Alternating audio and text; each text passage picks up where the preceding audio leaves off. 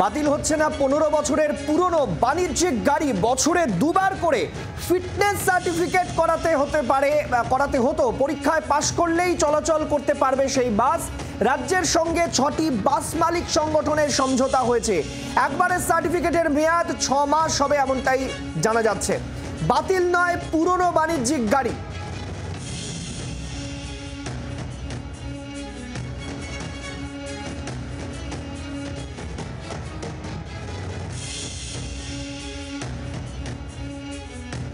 এনজিটির order ছিল, তাই আমরা আইনি প্রক্রিয়ার মধ্যে দিয়ে এগিয়েছি এবং কলকাতা হাইকোর্ট আমাদের এই বাস মালিকদের পক্ষেই অনেকটা মতামত দিয়েছে এবং আমরা পরিবহন দপ্তর এবং বাস মালিকদের সাথে আমরা যেটা করেছি সেটা হচ্ছে 15 বছরের পরে গাড়ির ফিটনেস করা যাবে এবং গাড়িগুলো চালানো যাবে, কোনো অসুবিধা নেই।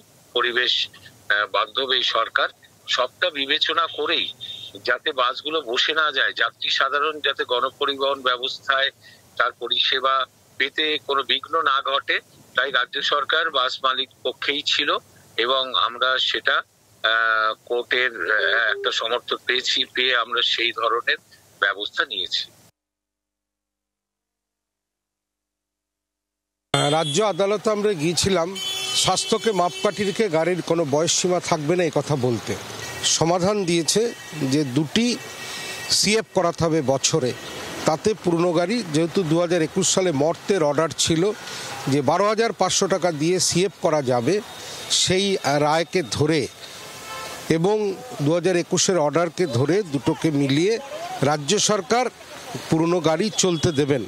1200 থেকে 1500 গাড়ি যারা ওয়েট করছে, বসে আছে রায়ের ওপরে, যেভাবে আদালত আমাদের সঙ্গে আমাদের বক্তব্য শুনছেন এবং রাজ্য সরকার আমাদের সঙ্গে সহযোগিতা করছেন, সদর্থক ভূমিকা রাখছেন, তাতে আমরা আশার আলো দেখতে পেয়েছি। জাতীয় পরিবেশ আদালতের নির্দেশের পরিপ্রেক্ষিতে পুরনো 15 বছরের বেশি বাণিজ্যিক গাড়ি বসিয়ে দেওয়ার যে সিদ্ধান্ত কার্যকর হতে চলেছিল, অবশেষে সেই সিদ্ধান্ত থেকে অনেকটাই পিছু হটল রাজ্য সরকার।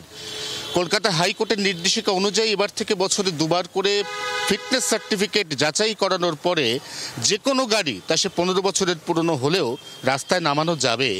এর ফলে কলকাতার রাস্তায় যে সমস্ত গাড়ি বসে যাওয়ার আশঙ্কা তৈরি হয়েছিল, সেই আশঙ্কা এই মুহূর্তে আর থাকছে না। এই অবস্থায় ইতিমধ্যেই রায়ের বা নির্দেশের জন্য অপেক্ষা করা 1200 থেকে 1500 গাড়ি আবারও রাস্তায় নামবে। নিঃসন্দেহে যেভাবে গণপরিবহন বিপর্যস্ত হয়ে যাওয়ার আশঙ্কা ছিল, তা এই মুহূর্তে অমূলক বলেই মনে করছে ওয়াকিবহাল মহল। জি 24 ঘন্টার জন্য ক্যামেরায় তরুণের সঙ্গে অয়ন, কলকাতা। বাংলার আওয়াজ, বাঙালির আবেগ, জি 24 ঘন্টা।